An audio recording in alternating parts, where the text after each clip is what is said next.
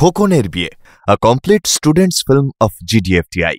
শুরু হচ্ছে পর্ব 6।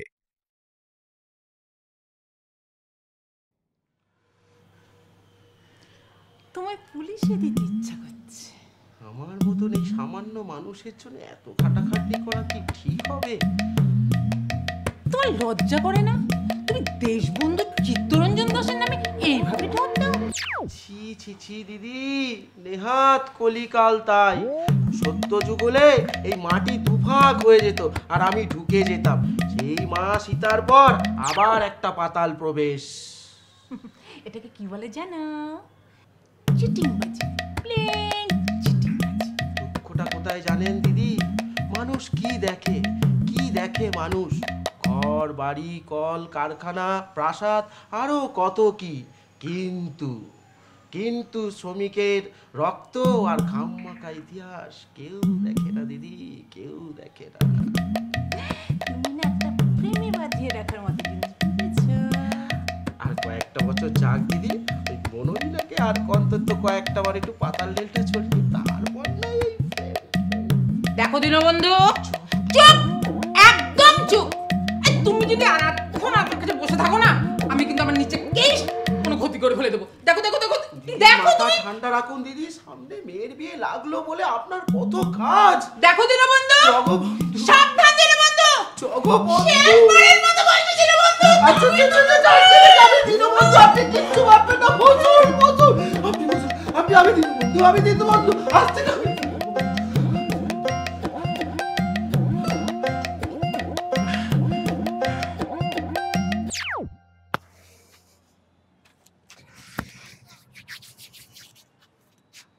তৈরি হ খোকন, তৈরি হ। মনে রাখিস, তোকে কিন্তু একটা আঁচড় কেটে যেতে হবে। স্বামীজি বলেছেন, জন্মেছিস যখন তখন একটা আঁচড় কেটে যা। হ্যাঁ বাকি ঠিক বলেছ। আমারও মাঝে মাঝে মনে হয় স্বামীজি বোধ এই কথাটা আমার জন্যই বলে গেছে। এই তো চাই খোকন, এই তো চাই। জ্বলে ওঠ বাবা আমার। তুমি আশীর্বাদ করলে আমি নিশ্চয়ই জ্বলে উঠবো বাকি। যতদিন যাচ্ছে আমি যেন তোর মধ্যে একটা আগুন দেখতে পাচ্ছি। সবই তোমার আশীর্বাদ বাকি। শোন খোকন, একটা কথা মনে রাখবি, সংসার সুখের হয় রমণীর গুণে আর পুরুষের আগুনে। এটা তো আমাকে মনে রাখতেই হবে বাকি। যে সংসারে তুই যাবি সেই সংসারকে তোর গৃহকর্মে নিপুণতার আগুনে একদম উত্তপ্ত করে রাখবি। তোমার শিক্ষা আমি বিফলে যেতে দেবো না বাকি। জানি রে খোকন, আমি জানি, সে ভরসা আমার আছে। আমার মন কি বলছে জানিস? কি ভাবি? আর বেশি দেরি নেই। এতদিন ধরে যার জন্য তুই এই গোকুলে বেড়ে উঠেছিস, এবার সে আসবে, সে এবার তোকে নিতে আসবে। জগবন্ধু, দেশবন্ধু।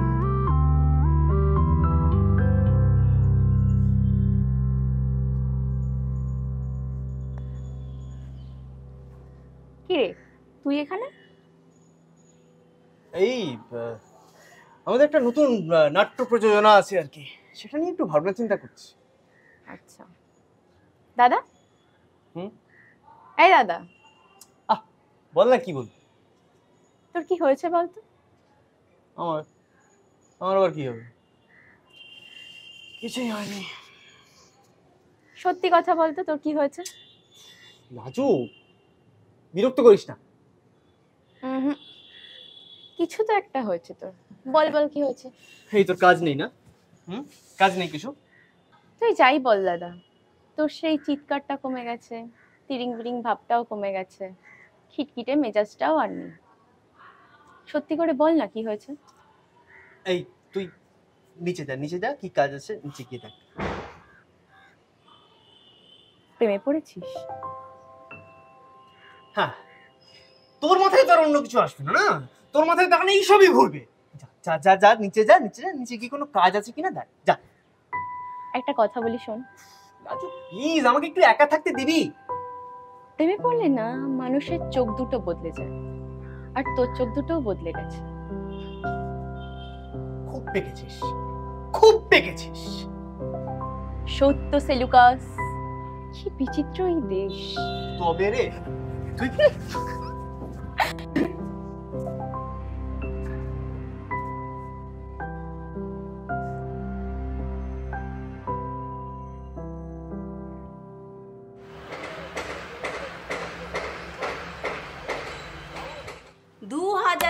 বুঝলে? কম করে 2000 লোক গোবিন্দ কীর্তন গাইছে, আর ওই 2000 লোকের চোখের জল চারিদিকে থই থই করছে। হ্যাঁ রে গোলাপ, তুই কি আমার চোখের জল না দেখে থামবি না? আচ্ছা, তোমার ওই জগা হনুমানের উপর থেকে কি ভরসা গেল না? এই বাজে কথা না বলে রান্নাঘরে যা তো। ওই রান্নাঘরের কথা যেখানে উঠলো তাহলেই বলি, গেলবার আমাদের গায়ে রথের দিন কম করে 10,000 লোক খেয়েছিল, গোবিন্দ একাই রেঁধেছিল। গোলাপ বিশ্বাস কর, আমার শরীরটা খুব খারাপ। শরীর খারাপের কথা যেখানে বললে তাহলেই বলি, গোবিন্দ কিন্তু হোমিওপ্যাথি আর কবিরাজি দুটো ভালোই জানে। গোলাপ, তুই কি চাস বলতো? না না, তুই কি চাস? আমি বাড়ি ছেড়ে চলে যাই?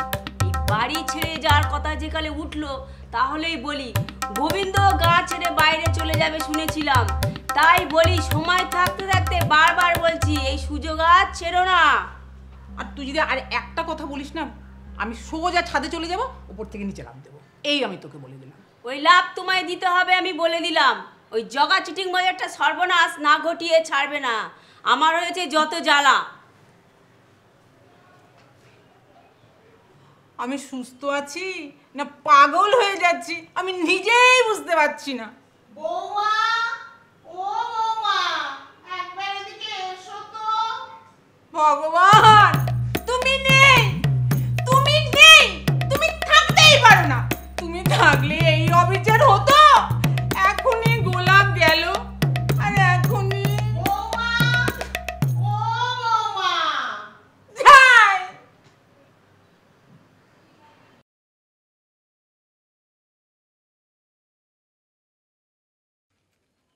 তুমি একটু খাওয়াবি না? একটু। তুমি খাও না, বলছি তো আমার খিদে নেই। তোমার মুখটা আজ বড় শুকনো লাগছে। আদিক্ষেতা রাখো, এখন ভালো লাগছে না। সবই বুঝি বিনা, সবই বুঝি। তুমি খাও, আমি চাটা করে নিয়ে আসি। কেন বুঝবো না বিনা? এটুকু বোঝার ক্ষমতা আমার আছে। আমারও তো ইচ্ছে করে তোমায় একটা শাড়ি কিনে দিই, একটু দামি। আমারও তো ইচ্ছে করে তোমায় একটা গহনা কিনে দিই। না না, সোনার না, নকল, তুই একটু দামি। আমি কি দেখতে পাই না মনো, তোমার চেহারাটা কত খারাপ হয়ে গেছে। আমার এই ছেঁড়াপাটা সংসারে তাপ্তি দিতে দিতে তুমি তো। তুমি অত চিন্তা করো না, আমি ঠিক আছি। আমি লোকও ঠকাই না, আমি মিথ্যাও বলি না। সত্যি আমাদের 7 পুরুষের বংশগত ভটকালির পরম্পরা, জানো? আমার বাবা, আমার ঠাকুরদা, তার বাবা, আমি তো এই দেখেই বড় হয়েছি।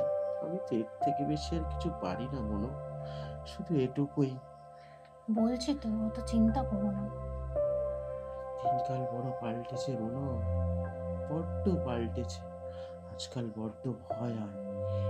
এই জগবন্ধু সরকেল কি? তোমার মা আছে না, অত চিন্তা করছো কেন?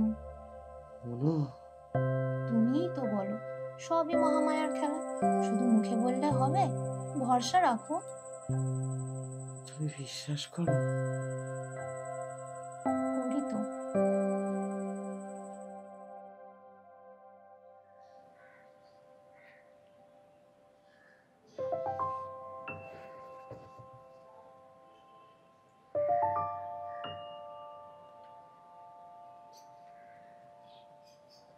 বাবা, সূর্য আজ কোন দিকে উঠেছিল? তুই এমনি এমনি বসে আছিস, ল্যাপটপ বন্ধ, হাতে ফোন নেই। ভালো লাগছে না মা। ভালো লাগছে না তোর? ওই যে তোর কি ব্লুটিক না কি আছে না, তার কি হলো?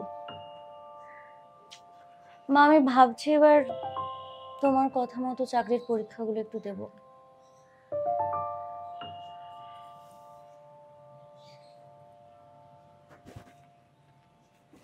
কি হয়েছে রে? কি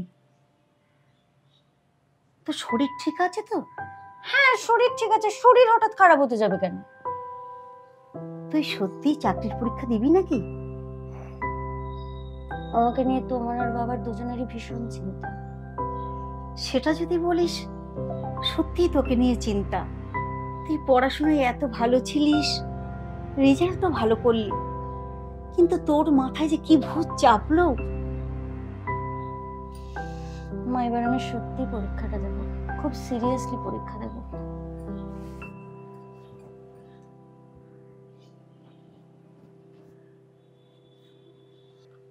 তারপর? তারপর আর কি, তোর দাদু সেই চাকরিতেও ইস্তফা দিয়ে এলেন। ফিরে এসে বাড়িতে আমায় কি বললেন জানিস? বললেন, যে লোক বলে থিয়েটার ফিয়েটার, তার চাকরি আমি করি না।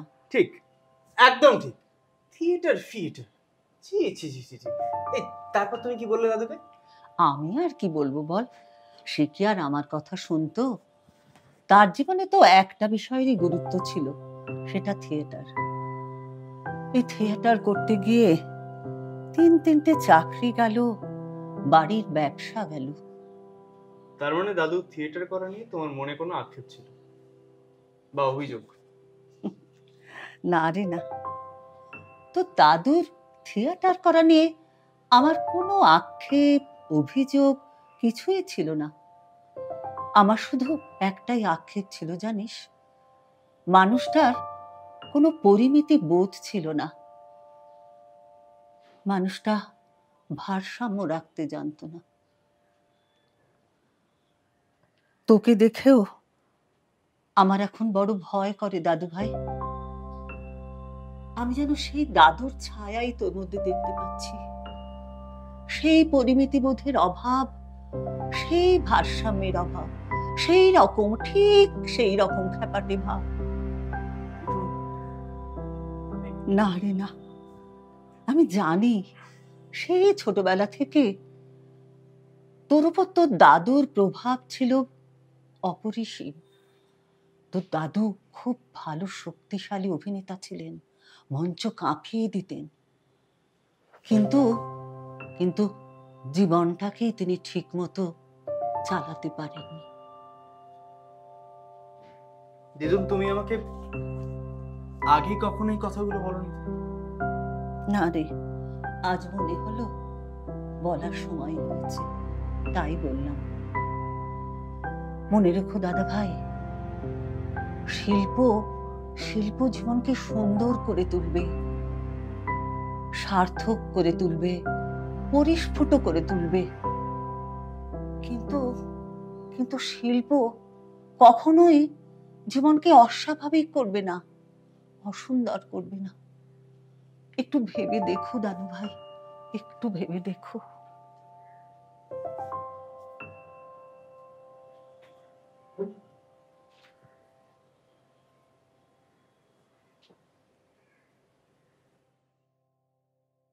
দেরি করো না পারিজাত, দেরি করো না, ফোন করো ফোন করো। তুমি ওই দেশবন্ধু চিত্তরঞ্জনকে ফোন করো। আরে দেশবন্ধুকে আমি কি করে ফোন করব? আমি তো ওহো পারিজাত, তুমি আমার উত্তরটা বোঝার চেষ্টা করো। তুমি ওই ওই জগবন্ধু হালদারকে ফোন করো। হালদার কেন হবে? উনি তো সরখেল। ওহ জগবন্ধু, তুমি আমার আমি জগবন্ধু নই, পারিজাত। পারিজাত, তুমি আমার উত্তরটা বোঝার চেষ্টা করো। তুমি একবার ফোন করো, তুমি ওই জগবন্ধু সরখেলকে। দাঁড়াও দাঁড়াও, ফোন করছি। করো করো করো করো করো করো। হ্যালো, জগবন্ধু সরখেল বলছেন? দিনকাল পাল্টেছে ভাই, দিনকাল পাল্টেছে ভাই, দিনকাল পাল্টেছে ভাই, দিনকাল পাল্টেছে ভাই। মেয়ে মানে হাতা, মেয়ে মানে খুন্তি, মেয়ে মানে সেলাই ফোড়াই, মেয়ে মানে স্বামীর মাথা টেপা পদসেবা, সেই দিন আজ আর নাই। দিনকাল পাল্টেছে ভাই, দিনকাল পাল্টেছে ভাই। মেয়ে মানে হাতা, মেয়ে মানে খুন্তি, মেয়ে মানে সেলাই পড়াই, মেয়ে মানে স্বামীর মাথা টেপা পদসেবা, সেই দিন আজ আর নাই। দিনকাল পাল্টেছে ভাই, দিনকাল পাল্টেছে ভাই।